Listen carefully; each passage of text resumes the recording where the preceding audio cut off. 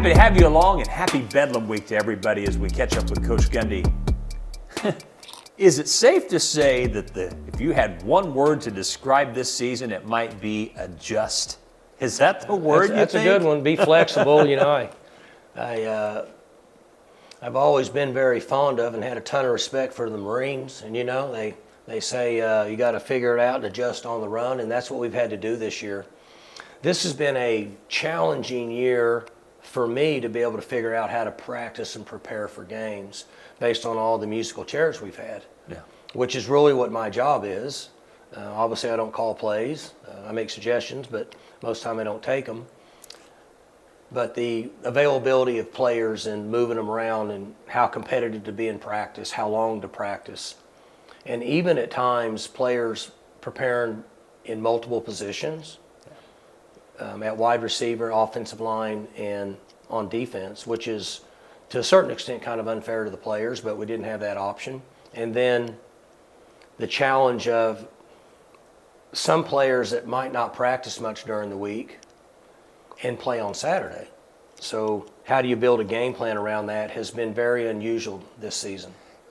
What in your experience before this year maybe has helped you prepare most for that? Anything specifically you've gone through, dealt with, that has really helped you manage this better? We've had seasons where we've had a difficult time at one position. Like last year at the wideout position, it was tough.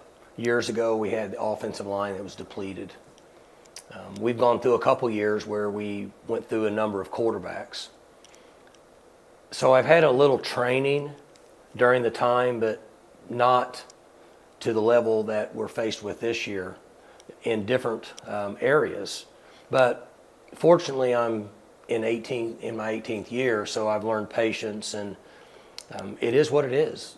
It's the hand we've been dealt, and so as long as the players continue to be enthusiastic about their effort and preparation, it makes my job, even though a little bit tricky, it's still fun to deal with. Spencer Sanders has been practicing all week for the first time in several weeks. How will that show itself in the game? How will we be able to tell that he has? I'm hoping in a very positive manner. What it does for our offensive coaches and our players is it gives us a feel for what's available on Saturday and not as much guesswork. And I think that should help with our preparation, and hopefully we'll see us function better on Saturday. Defensively, as far as carrying over what you did against Iowa State, especially in the run game, against a team that is very good at running it, what are the core things that have to carry over? Well, first off, we've got to be able to stop the counterplay, which is slow down the run, and we have to tackle well. So there's times they're going to have a half a man advantage based on their blocking schemes. And when we get there, we got to be able to stay up, keep our head up. We got to be able to tackle, wrap and roll, and get them down, and minimize yards after contact. 17 Mims, they like to run him down the field. He's really fast. They like to get him behind you and throw it over your head. Be aware of that. Be aware of where he is on the field and compete. Go up and fight for those 50-50 balls. That'll be a big part of transitioning from the last game into the Oklahoma game. You know, it's interesting. You've had some injuries on the defensive line recently, but the thing is, the guys that you've put in, like Cody Walterscheid, Nathan Latu, just to name a couple of guys, they've played before.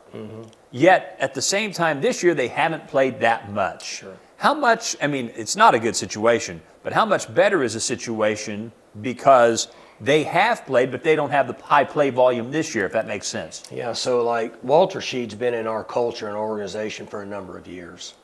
So he gets it, he understands, he knows what we expect. Latu's been here a while, and he's more mature. It's much different than playing a young player that has youth and an experience. Those guys at least have some experience, and they've been in our culture a while, so it makes it easier to transition those players into the lineup. Sure. How's Bedlam changed over the years, or has it? Well, for the people, the fans, the general public in the state, I think it's very similar. I'm sure it's become a hot topic on social media. I'm not on social media, but going at each other. For the players, it's different. Things are different for them with their communication. They have, I think it's Instagram, Snapchat, Facebook. I don't know how all they communicate. Twitter and TikTok. And yeah, Twitter else. and TikTok, and they talk to each other all year. They know each other in the summers, and it's not, from a player standpoint, as fierce as it would be. Now, both teams want to win. Both teams want to play hard. It's fun games to play in. But it's not like the old Oakland Raiders and Kansas City Chiefs going at it, or the Bears and the Packers that we see with generations ago. It's not that way anymore. So with that in mind, back in the old days, players were all jacked up to play. I mean, I think about the first 2 years that I was here, and Oklahoma State beat Oklahoma, that second year in particular when Oklahoma was looking for revenge, right? Sure. And so now it's not the same, you say. Do you think that leads potentially to better performance because guys aren't so overhyped that maybe they don't play well? Do you think it matters? I mean, just kind of curious because it is so different. Yeah, the years you're talking about are all pre-social media. Oh, very much so, yeah. And now the players that play at this level, in my opinion, all across the country, when I talk to other head coaches that have been in the game a long time, they feel the same way in that there's pressure now year-round. There's social media outside pressure in June and July and August before we even start the season. It's a vicious cycle, in my opinion. It's unjust, but it's not going to go away. So when you get to a game like this, these players have dealt with this all year, and particularly for 3 months. So I think that it's kind of old hat compared to before that. We were all located right here, an hour and a half away from each other, and all the fans and players know each other from high school and things like that. So there's just been changes, and this is one side of college football that's changing. Time for What's Your Beef, brought to you by Old Trapper Beef Jerky. You can see the quality through the clear plastic packaging. So as we think about Bedlam and think about the big picture, there's a lot of realignment in college sports. This is more of a question than anything. Do you think the day comes where everything just goes back the way it was? That's kind of a hard question. Where Bedlam happens every year. Missouri plays Kansas. All those rivalries come back. Do you think that's coming back? Do you think it's gone? No, things in college football and with conference realignments and all the different things with NIL, with the transfer portal, with the availability of money for student athletes. Whether you agree with it or not, it's here. And I don't feel like it's ever going to go back the other way. We're going to go through changes, not only in college football, but with the conference realignment, that's going to be an adjustment for the traditional fan. Yeah. So next year's schedule in our conference, I'll give you an example, and the following year, I feel like now that with the finances that are involved for an Oklahoma or Texas to exit earlier, somewhat astronomical in my mind, and maybe in their budgets also. We originally thought that at some point, whether it was through media or through conference, that they would be able to bolt out of here. I don't see that happening. So the next 2 years, we have a conference where the teams don't even play each other. Right. And then that'll be on a rotating. So we won't, I would guess that we might play Bedlam both years because of the game, but I doubt we'll play Texas both years, because you have the other teams that are coming in. Mm-hmm. So we're going through changes in everything that we're facing in society, and college football is no different. We'll take a break, come back, and look at some of the big plays from the Cowboys' win over Iowa State. Stay with us. Let's take a look at some of the key plays as we break down some film from the Iowa State game. And start on defense, Coach. Here we go. Yes, one of the plays that obviously one of the bigger plays of the game. Anytime we force turnovers, they're big plays. But we talked about this for a number of months with Kendall Daniels. Before this, there's 8:22 to go in the first. He had already missed a couple tackles. And as I watch him, I'm starting to think there's a little disadvantage with his height in tackling. Because He either has to stand up and hit you face to face, or he has to bend to try to wrap and roll. Most guys want to bend and wrap and roll to get their legs down, and it's hard for him. He's coming from way up there. And so we see here what he can do, and what we're going to see over the next few years if you watch this. This is about as good as it gets right here. I'll slow it down. His helmet's right on the ball. It was a big guy, knocked him directly back, straight backwards, and got a turnover. And he's not scared to come in and hit. And he has to get way down. Look Yeah. how low he is. Yeah, when you look at where he is, if you look at how he has to bend, and so sometimes what he's going through is when he's bending, he's trying to get down in the knee area, which we need, and it's way down there for him. And he gets off balance and he gets down on the ground. But he was certainly good on that one, and Walter Sheed recovered a fumble, just like we teach in summer camp when they're little kids. Yeah. So we have a really good play here by Muhammad. He had a play, I gave him a hard time afterwards. He had a play on the first play of the game that he knocked down where he could have intercepted it. It was harder for him to knock that first play of the game down, knock the ball down, than it was to catch it. And all he had to do was catch it and run in the end zone for a touchdown. Yeah, it's a touchdown. Had an easy one. This is really hard. This receiver's running a curl route. He's trailing the backside hip. He undercuts right there and intercepts the ball. And that's a hard play to make. Much more difficult there than the other. If you can see here, I'll slow it down. Quarterback comes backside on the curl, and he undercuts right there. So that's a pro-level play. That's a hard play to make. And he's able to undercut it and take the ball away from him and secure the catch. Good play for us. Yeah. One of 5 turnovers in the game, as a matter of fact, that the defense created. Okay, here's the wheel route. Yeah. This was, I was standing right down here. He caught this ball right in front of me. And I saw the ball coming over the shoulder of JP. This is a curl flat. He hit this a couple times in the game. This is a man coverage. You can see the safety in the middle of the field, and you can see the 3-on-3. They're taught to go to the wheel route, which is where he hits JP right here. They're taught to go to the wheel route in man and go to the curl and zone. Earlier, he went to the curl. This was a couple plays that Gunner read well, but you see his protection here? Yeah. So he has a chance to look and see what's going on. And, Gunner got into the second quarter and then halfway through the third where his feet started moving too fast, and his brain didn't work as fast as his feet based on, when we started, we didn't protect him very well. But right here, I'm standing somewhere right here. I think this is me right here.